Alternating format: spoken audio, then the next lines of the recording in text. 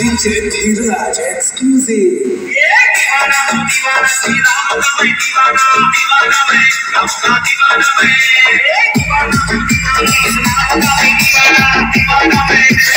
বন্ধুরা আজকে এই সেটআপটি রেডি হয়েছে রামনবমীর র্যালির উদ্দেশ্যে। তো এই সেটআপে বেশি কিছু থাকছে না, দুটো টপ, একটা ব্যাস, দুটো লাইনার। তো আমরা মেশিন ইউজ করছি BL9 আর একটা 500, আর দুটো চোঙো ইউজ হয়েছে এই প্রোগ্রামে। তো ওটা 250 দিয়ে ইউজ করেছি। তো বেশি কিছু না এই ভিডিওতে, সিম্পল একটা ভিডিও। শেষে থাকছে তোমাদের জন্য একটা ছোট্ট সাউন্ড টেস্টিং ভিডিও, যেটা প্রোগ্রামের মধ্যেই, কারণ প্রোগ্রাম চলাকালীন আমি অপারেটিং করতেছিলাম, ভিডিও করার সময় পাইনি। তো চলো বন্ধুরা, আজকের ভিডিও এতটুকুই, দেখা হচ্ছে পরের ভিডিওতে।